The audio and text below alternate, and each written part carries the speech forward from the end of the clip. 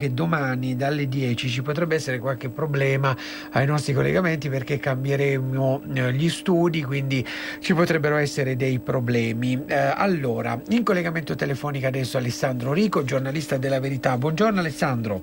Buongiorno a te e ai nostri ascoltatori. Allora Alessandro, ti annuncio che siamo riusciti poi ad avere ospite lunedì, quindi con l'inaugurazione degli nuovi studi avremo Roberto D'Agostino in linea, quindi ce l'abbiamo fatta alle 10:35. Sei contento?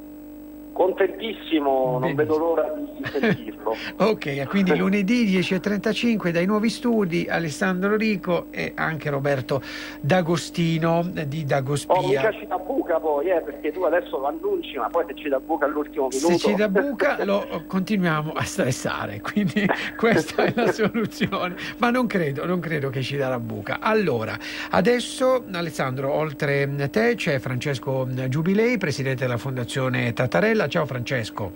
Buongiorno a tutti gli ascoltatori. E anche Ferrante De Benedictis, vicepresidente di Nazione Futura. Ciao Ferrante.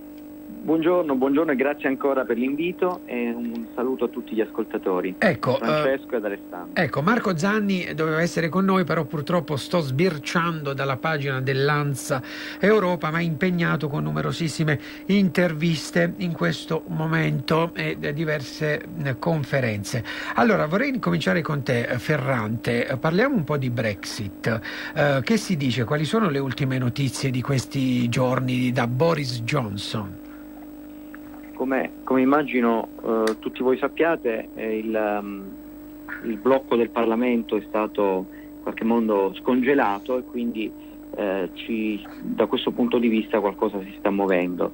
È chiaro che il nodo resta sempre il solito, quello che ha creato in qualche modo creato il problema anche con il precedente governo, sia del backstop irlandese. Il backstop irlandese, per chi non lo sapesse, riguarda il confine fisico, l'unico confine terrestre dell'Inghilterra con l'Unione Europea, ossia il confine irlandese, il confine nord. Uh-huh. Questo ha in qualche modo un valore oltre che simbolico, un valore economico, ma un valore politico importante, in quanto sappiamo quali sono state le tensioni fra i due paesi fino agli anni 90 e in questo ha aiutato anche la questione della riduzione dei confini fisici. Però il problema è ben più ampio. Sì. Se vogliamo, questo è stato un po' il pretesto, ma la Brexit rappresenta in qualche modo dovrebbe far riflettere tutti gli stati che nel momento in cui qualcuno diceva che in un paese democratico è difficile, dovrebbe essere difficile entrare, poi parleremo anche della questione dei migranti, invece anche questo tabù è stato in qualche modo smentito. In un paese dittatoriale è difficile uscire. Da questo si può dedurre come l'Europa rappresenti una dittatura, seppur una dittatura economica, ma certamente una dittatura in quanto diventa molto difficile staccarsi da essa. Questo è da un punto di vista anche politico una conclusione che possiamo certamente trarre.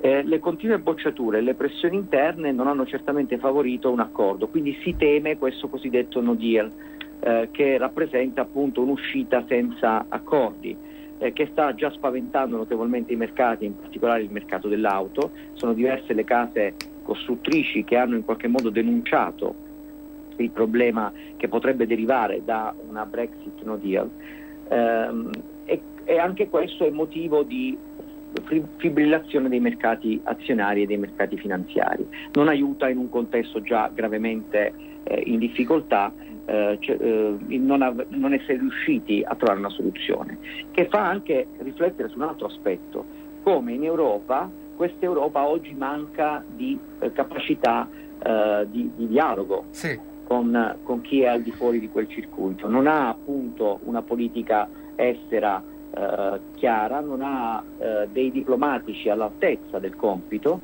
e questo ha fatto sì che non soltanto sulla questione Brexit, ma sulle grandi questioni su scala mondiale l'Europa viene via via messa in un angolo, sì, e quindi è sempre meno protagonista delle questioni della storia poi a livello mondiale. Lo è nello scontro che sta avvenendo fra i due grandi blocchi, quello cinese e quello americano, dove la Russia in qualche modo cerca di dire la propria, ma l'Europa è completamente assente da questo punto di vista. Benissimo. Francesco, lasciamo Alessandro per ultimo, lo facciamo aspettare un po', tanto a tempo, vero Alessandro?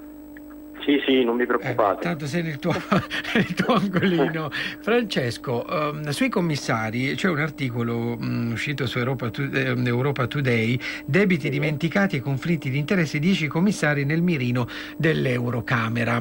Hai letto, non so, questo articolo? Che curiosità ci puoi dare sui nuovi commissari?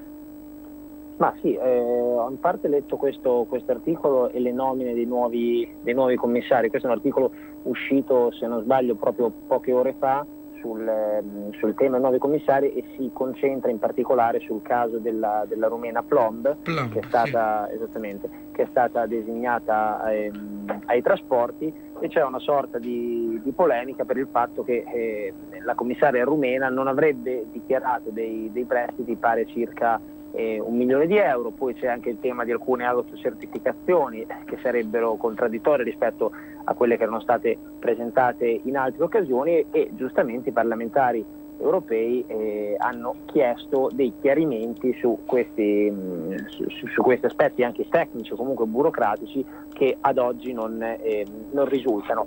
Ed è curioso come l'Unione Europea, che nasce come in realtà una struttura che dovrebbe semplificare e migliorare la vita dei cittadini europei, sia diventata nel corso del tempo, come abbiamo ripetuto in più occasioni, in realtà una struttura basata su una forte burocrazia centrale, addirittura più forte della burocrazia degli stati nazionali. Noi italiani lo sappiamo in primis, già storicamente, già dall'Ottocento il nostro è stato uno Stato basato fortemente sulla burocrazia. Bene, l'Unione Europea nasce per cercare di risolvere e semplificare tante normative, e in realtà vediamo che ottiene l'effetto opposto. E il paradosso che gli stessi commissari europei caschino all'interno di questo meccanismo ci fa capire come purtroppo sotto molti punti di vista l'Unione Europea stia fallendo. Ma in realtà sì, è un fatto questo scandalo che è scoppiato in questi giorni. Non si dice nulla di nuovo, racconto agli ascoltatori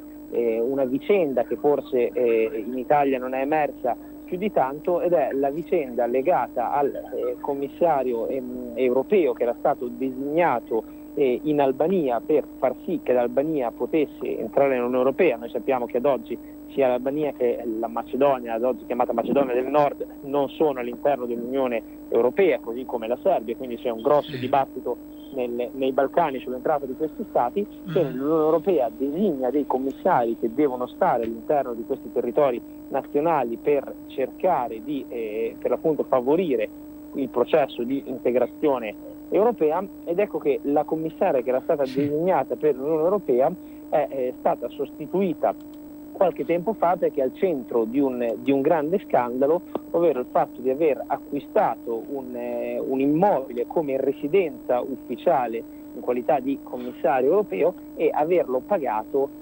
una cifra tripla, quadrupla rispetto a quello che era il prezzo di mercato. Quindi il prezzo di mercato di questo immobile era pari a 200-300 mila euro, ipotizziamo, lei l'ha pagato addirittura sopra il 1 milione di euro. Questo è stato un grande scandalo in Albania. E che cosa ci spiega? Ci spiega che purtroppo molte volte anche queste vicende vanno a minare, anche agli occhi delle nazioni e dei cittadini stranieri, vanno a minare quella che è la credibilità dell'Unione Europea. E quanto è avvenuto nei confronti dei commissari di questo scandalo, che poi andrà accertato se queste autocertificazioni erano reali o meno, a quel punto il cittadino dice: ma come, io devo rispettare tutta una serie di leggi che mi vengono imposte dall'Unione Europea, leggi talvolta anche assurde nei casi dell'agricoltura, nei casi della pesca, e poi i controllori, la famosa frase chi controlla i controllori, ovvero i commissari europei, sono i primi a non rispettare queste leggi, ed è evidente che c'è una stortura. Benissimo, chiarissimo.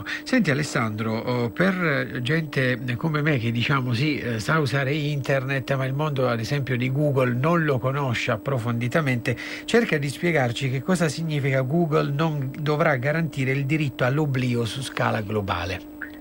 Innanzitutto cerchiamo di capire che cos'è il diritto all'oblio. Sì. Diciamo che è il diritto che ha ciascuno di noi di vedere rimosse dal web informazioni sensibili che lo riguardano nel momento in cui queste informazioni non hanno più interesse pubblico, quindi la loro presenza sulla rete non è più giustificata da ragioni di interesse pubblico, di informazione e così via.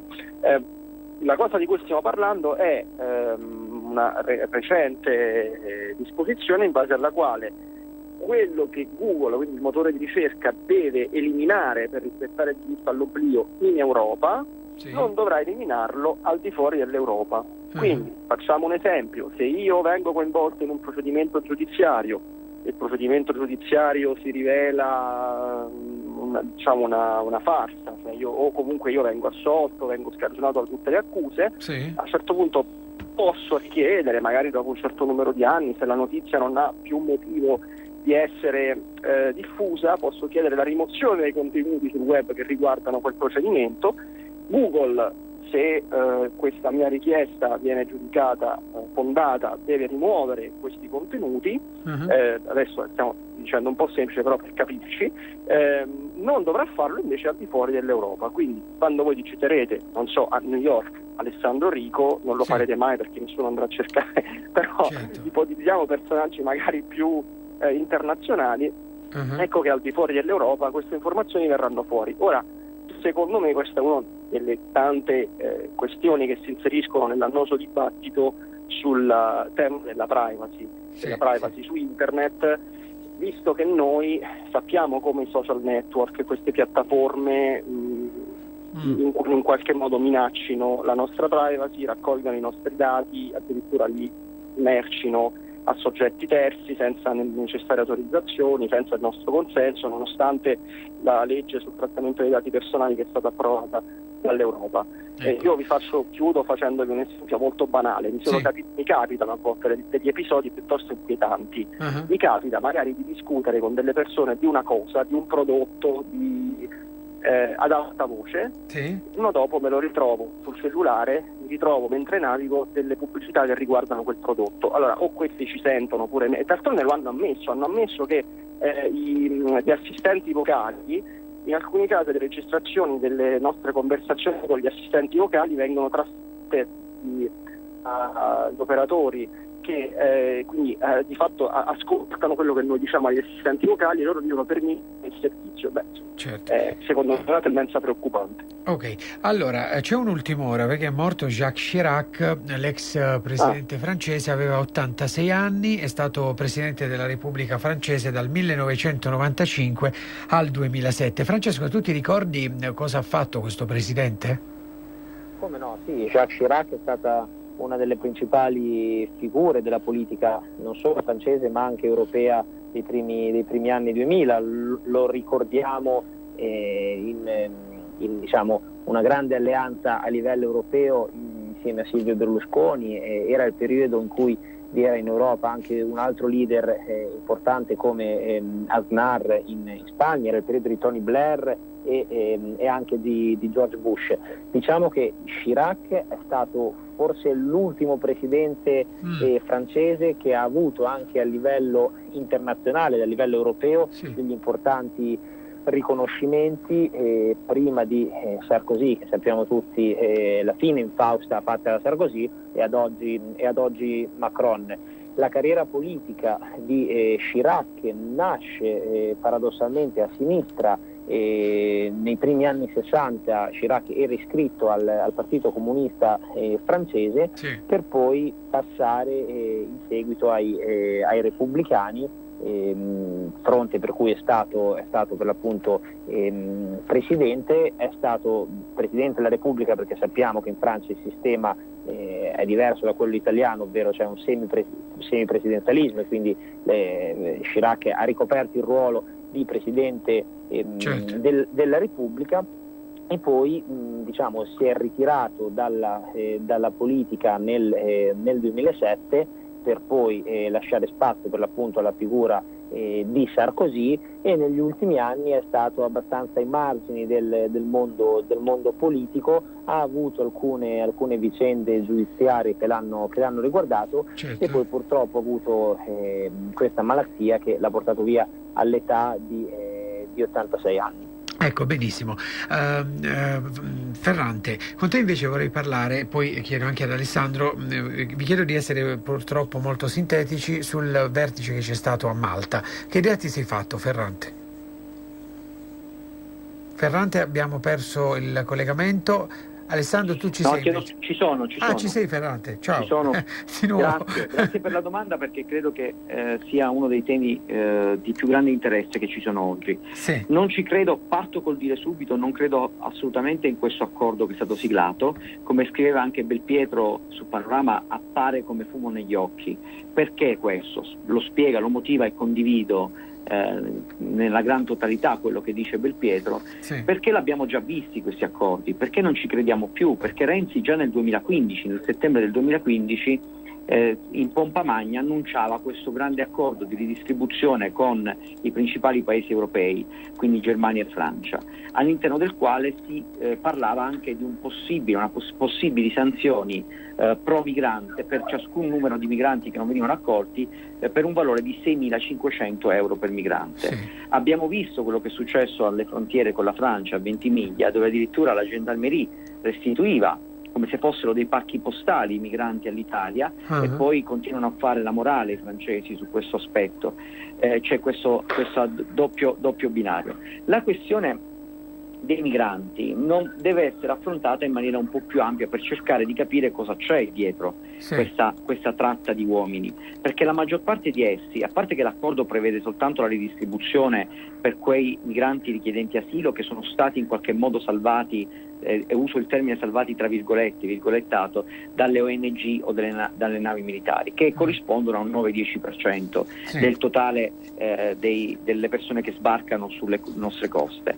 Ma la questione è: per quale motivo continuano ad arrivare queste persone? Perché la maggior parte di essi, bisogna dirlo con chiarezza, sono i cosiddetti migranti climatici o economici, che nulla hanno a che vedere con le guerre o che fuggono da guerre. Ovviamente abbiamo tutto il dovere dell'accoglienza nei confronti di chi fugge da una guerra, anche come Stato, ma dobbiamo in qualche modo salvaguardare i nostri confini, e qui entra in gioco il tema della sovranità. Che si contrappone alla questione del mondialismo e della globalizzazione, perché si tratta di un'arma.